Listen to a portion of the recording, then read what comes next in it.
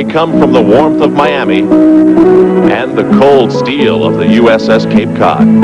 They have said their goodbyes, packed their dreams, and are prepared to say hello to victory far, far from home. These American boxers are now politically, socially, and geographically about as far away from home as they can get. Moscow, the Soviet Union. And they are the first group of athletes since the summit between Ronald Reagan and General Secretary Gorbachev to visit the Soviet Union. And in light of that, they are more than athletes concerned with winning and losing. They are ambassadors for the United States. I'm Al Troutwig in Red Square, and the sights here are impressive indeed. The Kremlin and St. Basil's Cathedral, and not far from here, the Olympic Sports Center, where today the United States amateur boxing team and the Soviet amateur boxing team will exchange ideas and a few punches. Today on ABC's Wide World, they were boxing in Moscow, and this has been the scene that has carried through the day. The Soviet boxer's hand being raised. 7 bouts, 7 Soviet wins. Hi, everybody. I'm Al Troutwig at the Olympic Sports Center in Moscow, and if you're an American boxing fan, I wish I could have a more optimistic greeting, but things don't look very good right now for the American boxing team. The Americans bring in a young, inexperienced team, and that inexperience is showing. None of the boxers on the American team had been to the Soviet Union before. The Soviets, well, they've got a world champion on their roster, a couple of European champions, plenty of World Cup champions, and overall a lot of talent. Here is a recap of what has happened today. Jose Areola, first bout, 106 pounds. 17 years old from East L.A. Alexander Makhmutov gave him a right to remember and a defeat to forget. Second bout at 112 pounds. Richard Duran, 19 years old from Sacramento, California, had little defense against Sergiu Fimsev. Another unanimous decision. Third bout at 119 pounds. Clay Jenkins, a likable kid from Franklin, Tennessee, was able to do little to stop Albert Kazanyan. 3 straight for the Soviets. In the fourth bout, Chuck Richards, 125 pounds, his first trip out of the United States. Samson Khachaturian of the Soviet Union did not offer a warm welcome. 132-pound Stanley Longstreet celebrated his birthday on the way to Moscow, but he did not celebrate once he got here. Orzabek Nazarov defeated him in a split decision.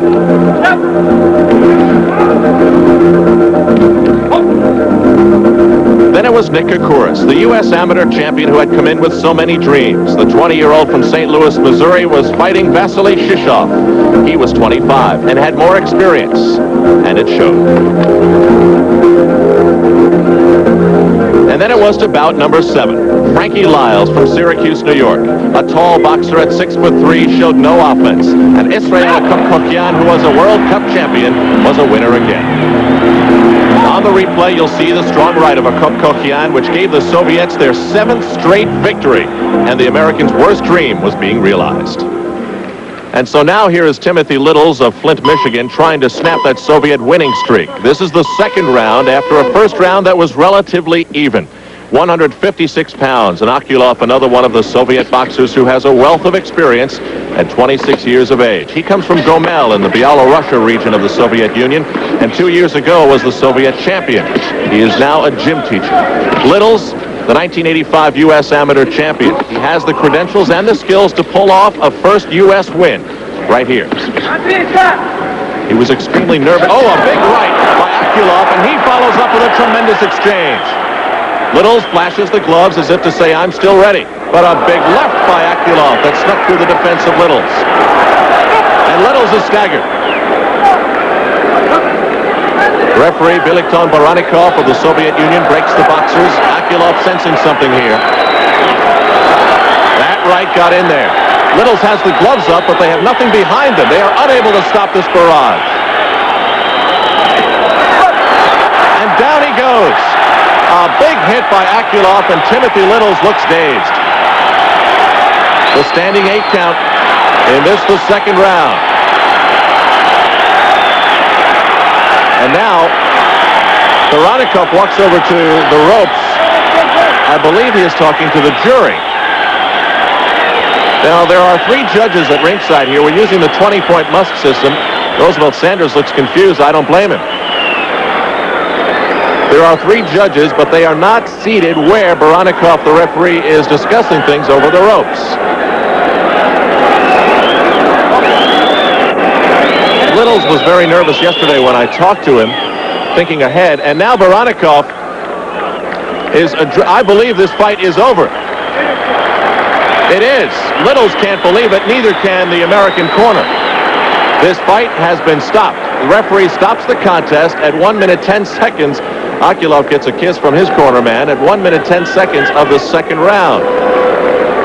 Littles really did take it on the chin many times in this round.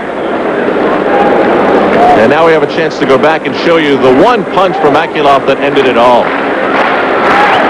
That right set it up, and Littles went down. And that was it. After a little confusion, Voronikov, the referee, stops this contest at 110. U.S. team coach Roosevelt Sanders and King Brookins, one of his assistants, chatting with Timothy Littles. They still seem a little surprised and shocked. Who can blame them? 10,000 fans have made their way to the Olympic Sports Center through the snowy streets of Moscow, and they come to the city with some beautiful sights and people of a very, very different life.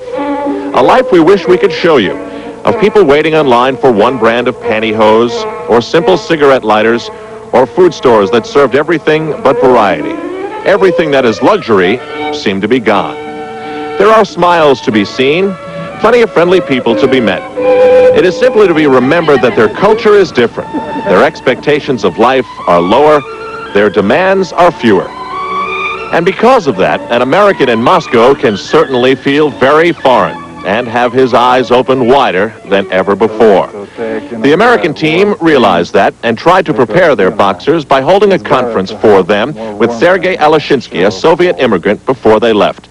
He offered some of his impressions that they could file away for future use. But actually, all these meetings, they are under the supervision of Communist Party. So the KGB agents and the party officials, they will be very strictly supervise you. What about the food up there? Is it similar to the United States? Yeah, it's similar, but it's not such a variety of food like you have here. Not so much fruits, not so much vegetables. So actually, I think that you will be fed, with meat or cutlet. It's meat and bread together. Maybe some fruit, some vegetables, but it's not so variety of food. Potatoes, of course, it's like, and many soups. But I doubt that's something really delicious. To be sure, the culinary jury is still out on the decision about Soviet food. In the Sport Hotel restaurant where the boxing team stayed, some things looked very familiar, while others did not. On just about every table, you could find plenty of cheese, and that was a welcome sight. And to go along with it, lots of thick bread that you really needed to sink your teeth into.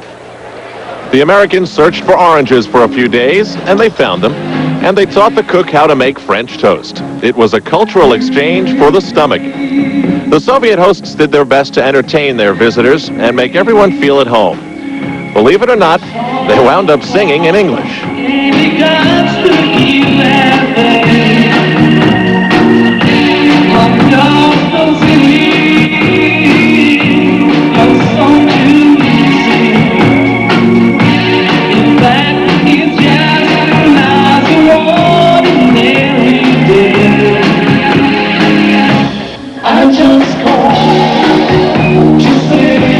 If only Stevie Wonder knew how his words and music generated thoughts of love in Moscow.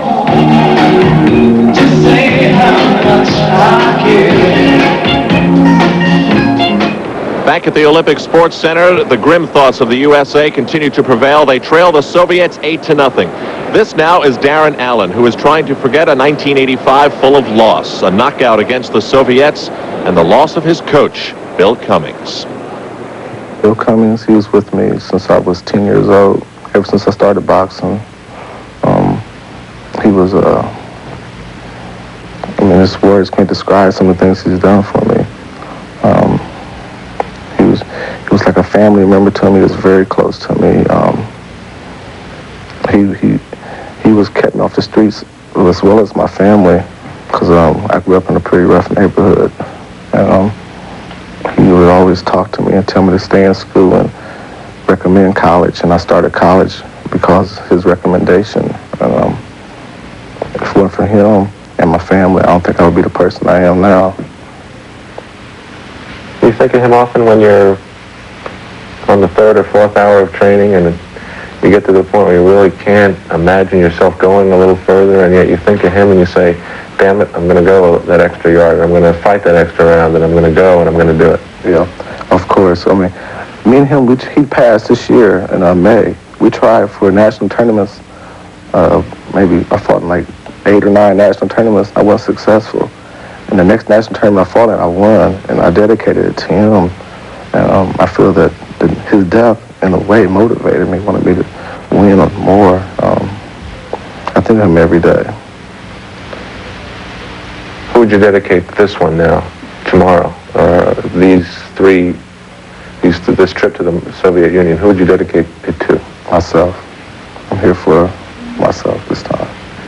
So you paid the one debt, now you gotta pay the other. That's right, I owe it to myself.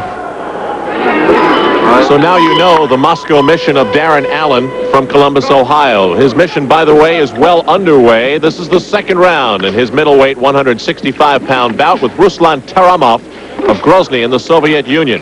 Taramov and Darren Allen, both 21 years old.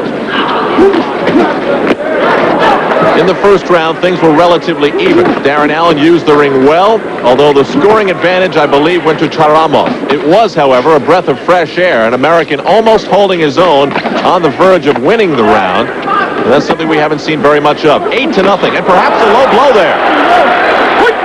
Allen dropped his guard following what looked to be a low blow from my seat, and then got hit with a 1-2 combination.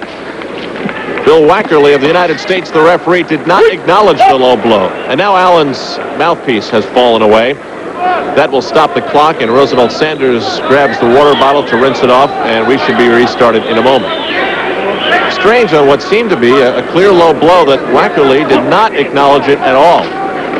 At any rate, the second round moves along, and up against the ropes, taking a pretty good beating to the head and the body is Darren Allen again. Taramov in close, and that's where he's scoring. Darren Allen told me yesterday about his left jab, his most confident punch. He's got a lot of reach in that left arm, and unfortunately Taramov is not allowing him the space in the ring to use it. You saw there the long poking left. That's how Allen likes to use it, but he hasn't been able to get close enough to put any authority behind it. Past the halfway mark of round 2.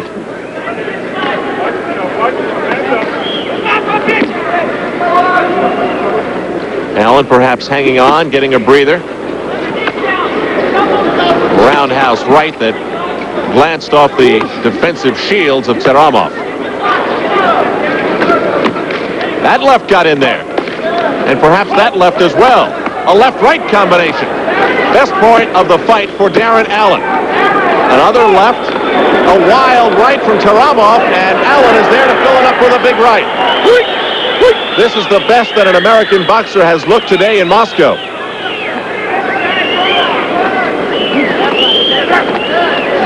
And now it is a sluggish, seemingly tired Darren Allen. Taramov doesn't exactly look raring to go either, but he has at least visibly more energy than Darren Allen. See Allen trying to hang on again as he did a minute ago. Deflecting punches from both boxers. Oh, those body blows will take their toll on Allen, and he gets a snapping left, but Bill Wackerly, the referee, is saying to Taramov, don't hit after the break.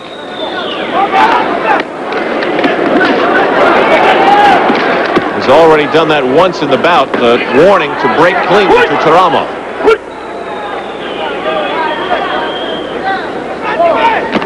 Round 2, and a pretty good effort by Darren Allen. Of the 165-pound middleweight bout between Ruslan Taramov of the Soviet Union and Darren Allen of Columbus, Ohio. It has been close so far. The United States trailing 8-0 in this dual meet, and Darren Allen gets tagged early in round 3. That brings the crowd to life.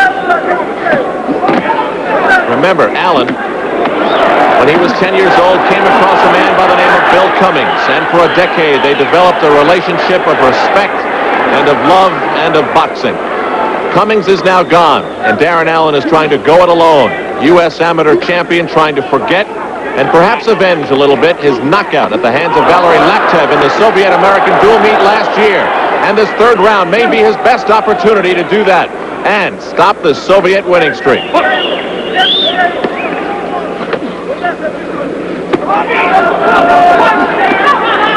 Round one, a relatively even affair, and round two also could be considered fairly even were it not for a strong series in about 15 or 20 seconds where Darren Allen really developed himself with a series of good connections. But here he is in trouble, back to the ropes. And this hanging on again draws jeers from the crowd.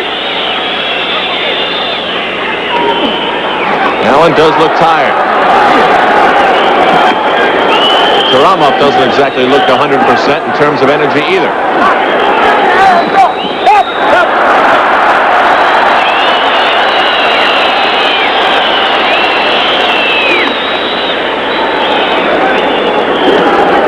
Now Taramov has been cautioned twice hitting after the break. I believe that motion by Wackerly was similar. After the break, he almost pushed Darren Allen through the ropes. If there has been one thing plaguing the American, it has been the relentless pursuit of Taramov. Just when Allen there again, making a clean break, says Wackerly, the referee. Oh, that one stunned him. Darren Allen took a hard shot to the head, standing 8 count in the third round. I was saying the pursuit of Taramov has been amazing. Just when Allen seemed to gain some space, Taramov was right back in his face again. This crowd sensing something. Again, Allen against the ropes. Trying one last exchange. Maybe he has that one United States victory in his gloves. Less than a minute to go in round 3.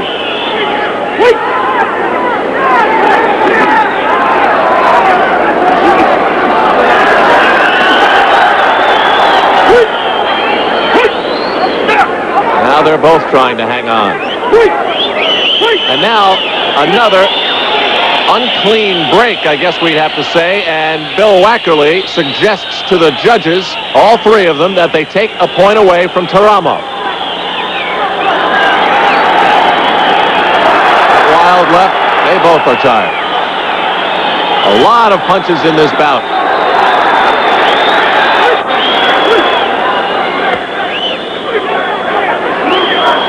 Final seconds of the third round. Time to remember the warning issued by Wackerly against Taramov and that strong second round by Darren Allen. And the bottom line, who is the winner? Darren Allen and Ruslan Taramov at 165 pounds. A stirring third round. Darren Allen with that slapping right, but the big follow-up left that resulted in the standing 8 count.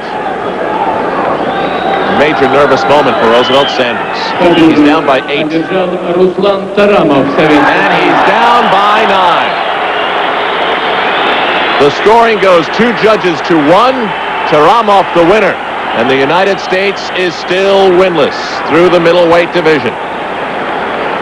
But without question, the best showing so far.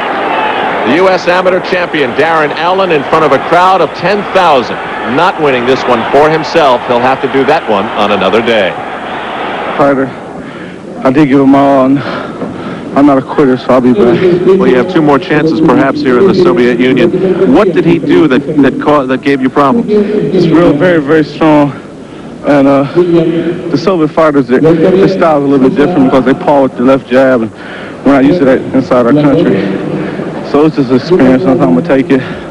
I want to win this real bad, but I'm not a quitter, and I'll be back. And so will the 3 remaining American boxers a little bit later. The American balloon full of dreams has 9 holes in it. The question is, how hard will 21 years old and a World Cup winner in 1985, the opponent. And the question of Hauser is the question that we've been asking of the previous 9 boxers for the United States. Who is going to win? And will it happen at all? Hauser is a married man in San Diego, has a 4-year-old boy, and finished second in the U.S. Amateurs last year. He prides himself on being good at adjusting to the situation. So many of the boxers have had trouble with the Soviet boxing style. We will see just what an adjuster Nathan Hauser is. We are using the 20-point Musk system with 3 judges seated at ringside. 20 points must be given to the winner of each round, 19 or less to the loser. Round 1 of 3. Light heavyweight division, 178 pounds. Not much happening in this opening stanza.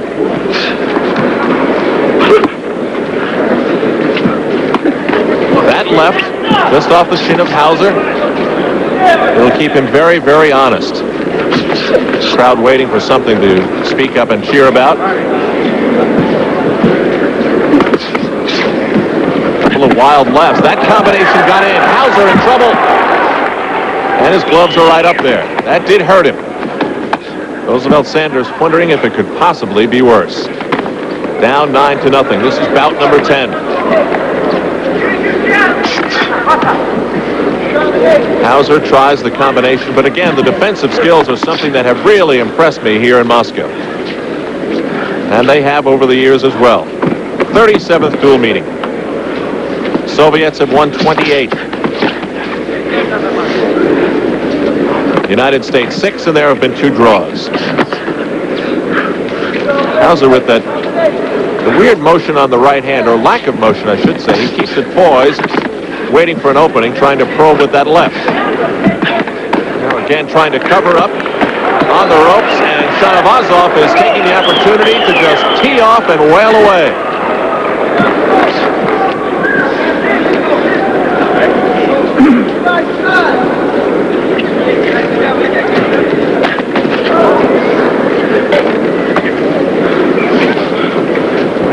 .30 seconds to go in round 1, and there's a problem under Hauser's right eye. There seems to be blood and a little cut under Nathan Hauser's right eye. Whether he knows it or not is a different story, and he desperately tries to cover up, takes those 2 punches, and now Vladimir Gordienko, the referee, gives him a standing 8 count, and you can see the bloodied face of Nathan Hauser. Also some blood coming out of his nose, it looks like. And that awkward style of Shahnavazov comes right back at him. Hauser just trying to cover up, and now goes down at the bell to end round 1. Standing 8 count for Hauser. He has his gloves raised to show the referee he's still ready to go, but a nervous glance to the corner, and this bout is over. The referee has stopped this bout in the opening round, and it is 10-0. You can see that deep cut under the right eye of Nathan Hauser. Shahnavazov from Makhachkala in the Soviet Union keeps that record going. And there's a hard right. And another one. Hauser desperately trying to cover up. At this point, his eye must have been hurting. And down he goes in a heap. Only 2 bouts to go now. And a shutout seems like a very scary possibility. 0-0, the situation does not seem to be getting any better. The most acclaimed Soviet boxer is now in the ring. Alexander Yegorkin, Советский Союз.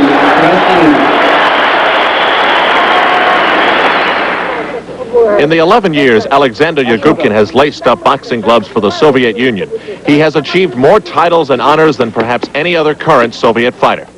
The 25-year-old Donetsk native goes about his sport with the practiced ease and confidence of a world champion, whether during a training session or in the gray light of road work in the Moscow morning.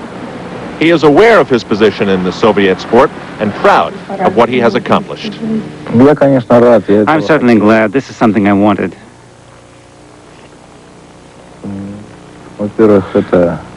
First of all, I'm not the only one who's glad. There's also my family, my friends, my parents. Soon, if I go on winning, my son will probably begin to be proud of me too as he grows up. It's really a great feeling when you win. It really feels good. Alexander considers today's match against the American team a very important one, for more than purely athletic reasons. They have always been important and necessary. Today they are simply indispensable. There should be cultural exchange between our 2 nations. There should be sports meetings like this one. We should be traveling to your country. Athletes from your country should be coming to us. And so through this exchange, we must come to mutual peace, friendship, to understanding each other. He feels these boxing exchanges will help understanding between the United States and the Soviet Union, but he will never understand the movie character, Rocky.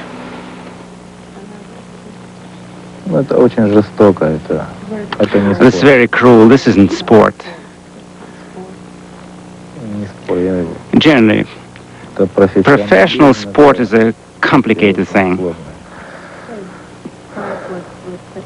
Alexander's parents were both hard-working coal miners when he was growing up. He has maintained their work ethic. He has developed a sensitivity and a love for his child and his wife.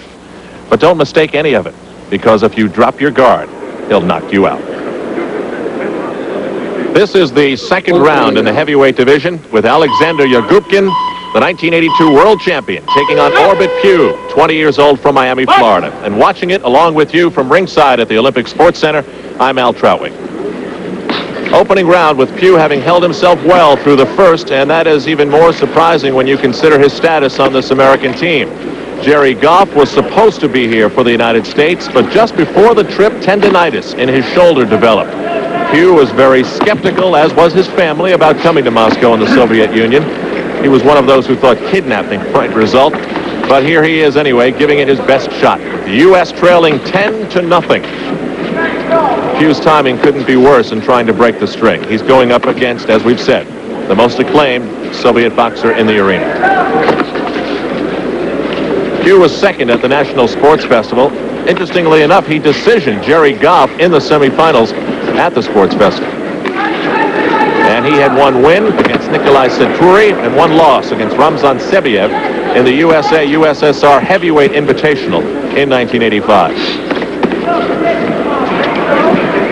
Pugh has not gambled at all, and he has given Yagubkin very little to aim at. Yagubkin tried that right, but it glanced off the defensive block of Pugh moments ago.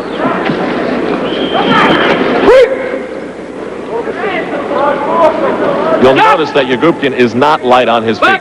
He has not won all that he has won by dancing around the ring. He is a boxer of tremendous power and deceptive quickness. Quick exchange, a couple of those snuck into the face of Orbit Pugh. Just about midway through round two. And now there is blood on the face of Alexander Yagubkin. Whether it is a cut from him or just blood that has been exchanged from somewhere else on one of the boxer's bodies, I cannot tell. But there is blood dripping from the nose of Alexander Yagubkin. What a development this is. And Yagubkin with a solid body shot just at the point of the break, signaled by Elmo Adolf of the United States. And now Adolf goes in with some gauze to give a closer inspection to what is indeed a cut on the bridge of Alexander Yagubkin's nose. Now, I don't have to tell you how tenuous your presence in the ring is in amateur boxing when you have a facial cut. The referees think very little about stopping a fight and promoting your own safety. So here we are with Orbit Pugh having cut Alexander Yagubkin and displaying some very steady skills in the ring. We saw another good defensive move by his left hand in blocking that right by Yagubkin. Final few seconds of round one. Silent, slow stalk of Orbit Pugh draws an ooh and ah from the crowd.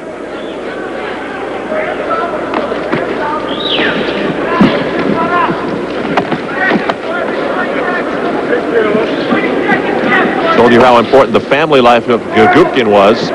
Orbit Pugh is engaged to be married in May.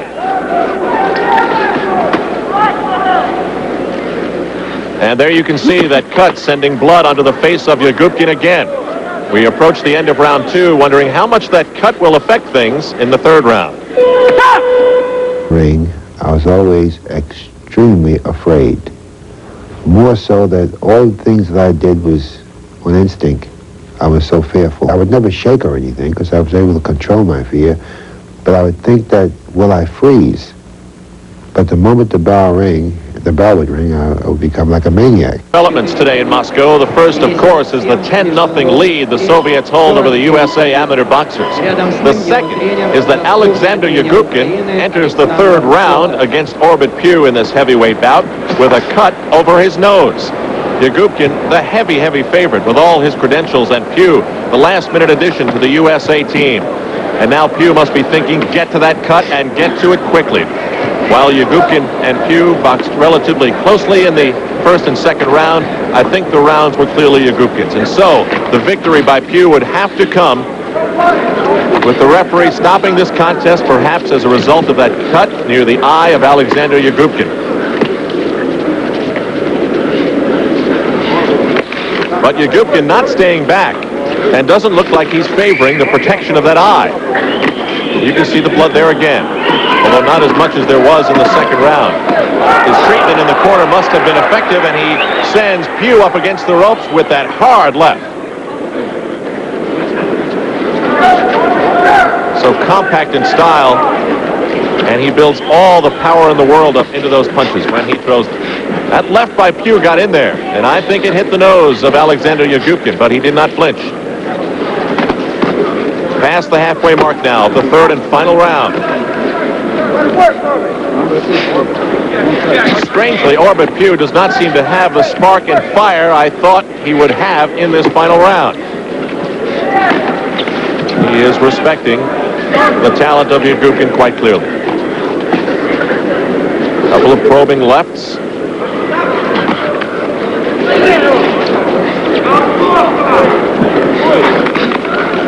Almost a lethargic pace right now, and of course Yagubkin's not willing to go out on the limb to gamble anything. And as well, he will not back off to protect that nose. He's much too proud a boxer for that.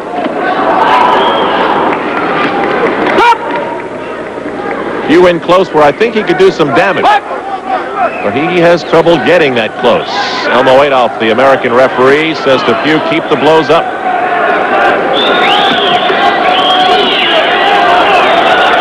Arena pretty quiet for the fans' favorite boxer. You heard the cheer they gave him when he was introduced. I doubt very many know that Yagubkin's nose is cut. It's such a small cut beyond the 9th or 10th row, I don't think you can see it.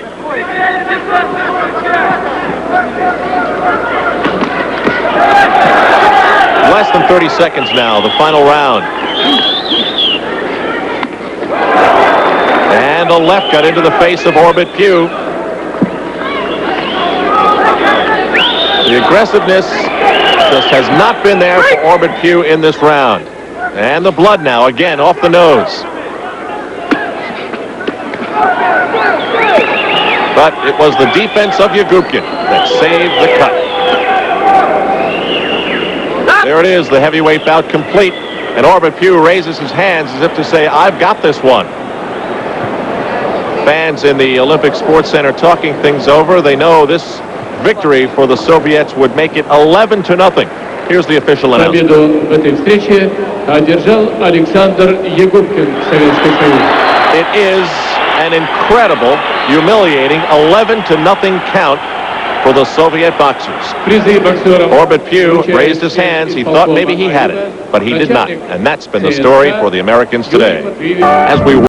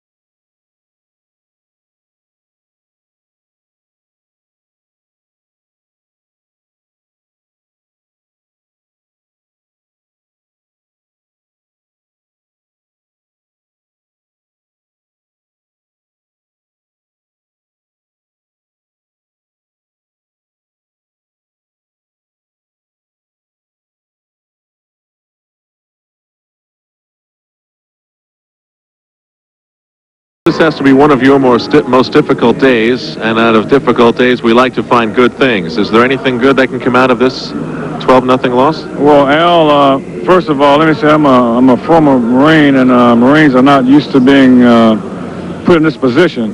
All I can say is it was a tremendous learning experience for our young athletes, and I say young, I mean in age. They've got a long way to go till 88.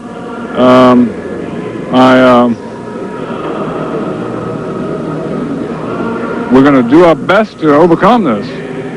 And it was a tremendous thing that happened to our boxers, but I think it's going to be a good learning experience for them. I think we'll come around and profit from this situation this evening here in Moscow. And it's not the end of the world. It's not the end of the world, believe me, but it's not easy taking it, really. If someone turned on right now and said, my goodness, we lost 12-0, their response might be, and I guess quite honestly, are we that bad? If people have a good memory, they can go back to Havana, Cuba, 1983. We experienced something similar to this. 1984 in Los Angeles, we got 9 gold medals, 1 silver and a bronze. Yeah. Point made. Thank you, Coach. Thank you. But the bottom line can be so very harsh. They came from towns and cities all over America, and they lost. There are some who may not come back for the next.